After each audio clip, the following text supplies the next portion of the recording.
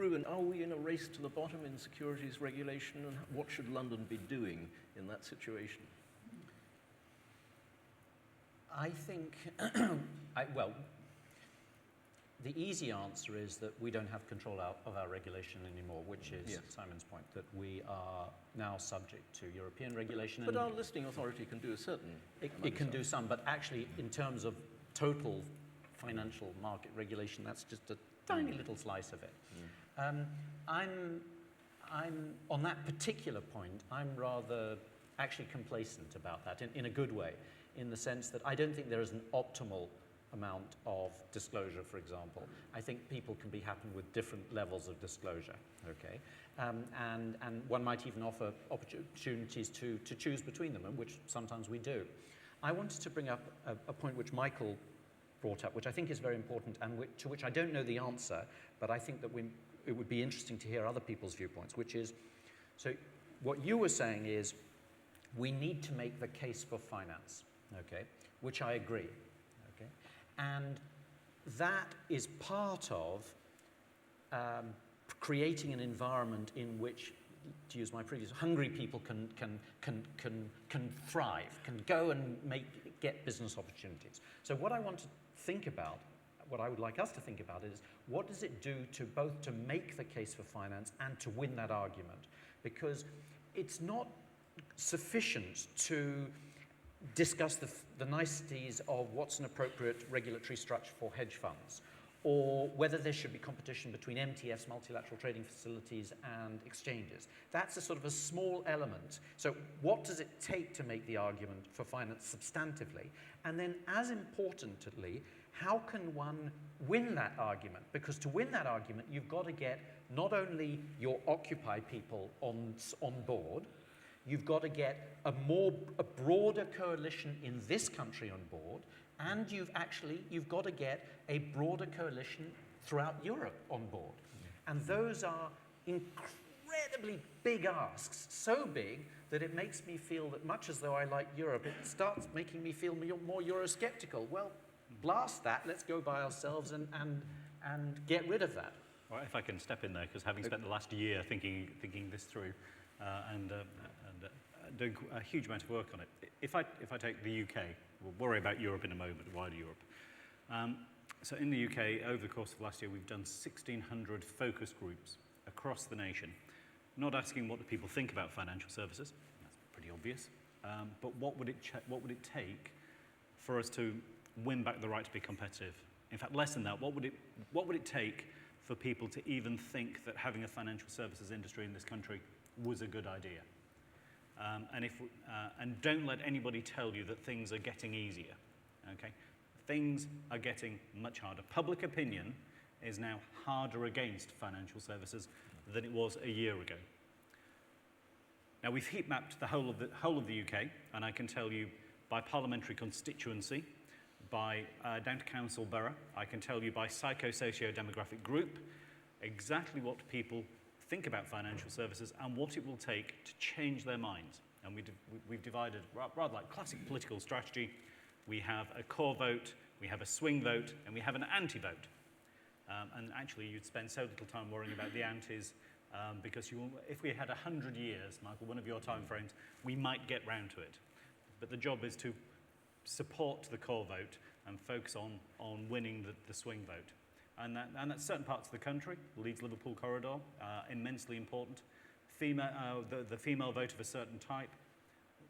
But the sector has a huge amount that it can do and is currently doing very quietly to rebuild that argument. Less in London, because London's core vote. But it really comes down to the messaging. Now, we've tried to win this argument from 30,000 feet. We have been bombing. We pay 53 billion in tax. You must love us. Emphasis on must. We contributed 40 billion in trade surplus last year. You must love us. Emphasis on must. We employ 2 million people. You must love us. Emphasis on must. Do you know what the public says? 53 billion. That's a big number. It's not as big as 200, though, is it? You should pay 200. You employ 2 million people, but how many people did you make unemployed? Didn't you cost us 10% of our economy? Go away. And if anybody says, oh, the banks are threatening to leave, let me tell you, the public research says, if you're going to threaten to leave, tell you what, we'll buy you the airline ticket out of here. We've compared the tax take of the sector against the NHS pay bill down to the level of individual nurses. And people have said, bankers, nurses. Don't like bankers. Nurses are quite good. But actually, do we need so many nurses? I'm quite well at the moment. I don't know. I'll get round it. So the traditional messages that we've used, let's buy the front pages of the Daily Express, Daily Mail, not only don't work, but actively provoke the public into liking us less. So the way we get round this isn't to bomb at 30,000 feet. You never want a war by bombing at 30,000 feet. What you do very quietly is start in your swing constituencies, your swing demographic, and you start talking about, what have you done for me lately? We start to talk about not the number of jobs created, but actually, do you know, we've employed 5 more people around here. Not necessarily in financial services, ideally in the real economy. And we run those messages through local radio, the most trusted of all medium. We run it through local newspapers, second most trusted of all media. And you start very gradually on the way up. And you start to remind people that actually financial services is about jobs on every high street up and down the country. And you have to do it that way because it's a political campaign. There's the trust and ethics, and we have to do all of those things. But this is a political campaign because we have to make sure UK policymakers in Belfast and Edinburgh feel comfortable about even wanting to see anybody from financial services again, let alone engage in a conversation about why we're useful. And then we take a step over the channel, forgive me, I will wind up in a moment. And you have meetings with MEPs who say, my role here is to actively reduce financial services across Europe. It's not that I want to see it grow, it's not that I want to see it maintained, I want to shrink it. And that's why I'm going to introduce MiFID third state rules and ban anybody from dealing with anybody in Brazil. Because 500 million people, that's a big enough market, and you don't do proper jobs anyway because you don't bash metal. So that's the second stage of the campaign. But if anybody thinks we can win back public support by lecturing people on the value of financial services, like we used to do that before the crisis, then not only are you sadly deluded, but you're actually making my job harder, so please stop. Okay, well, we've covered a huge range of territory. I think it's time we've invited the audience to come in with questions. Would anybody like to pose a question to the panel? The light is in my eyes, so you have to wave quite hard. Yes, gentleman at the back there.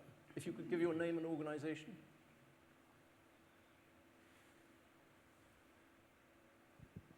John Serocold from the International Capital Market Association. We're the heirs to the Association of International Bond Dealers who set up the Euro markets in London in the 50s and 60s.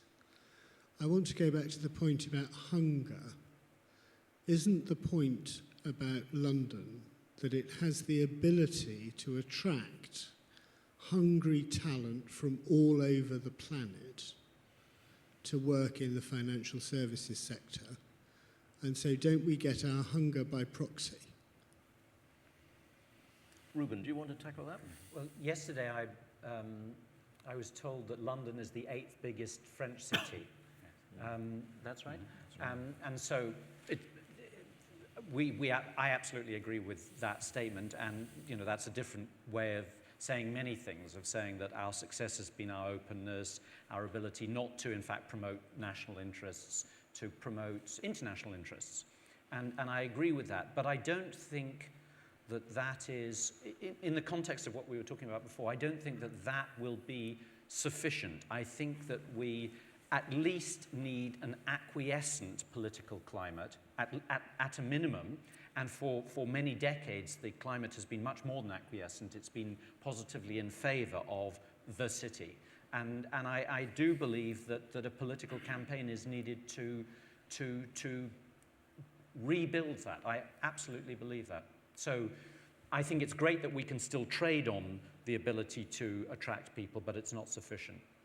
Well, we're right up against the coffee break, so I'd just like to put one last final sort of one-point question, the same question to all our panelists. I'd just like to hear their verdict on who will be top of the league table in 10 years' time among the international financial centres, starting with you, Michael.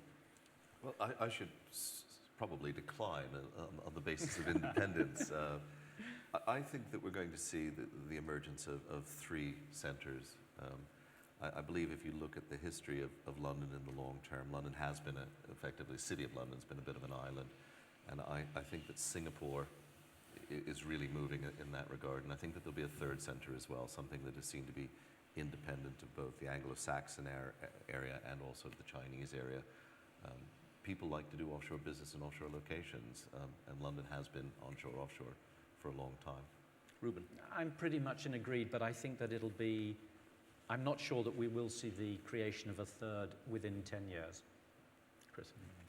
I think it will be London, and I think the game is ours to lose.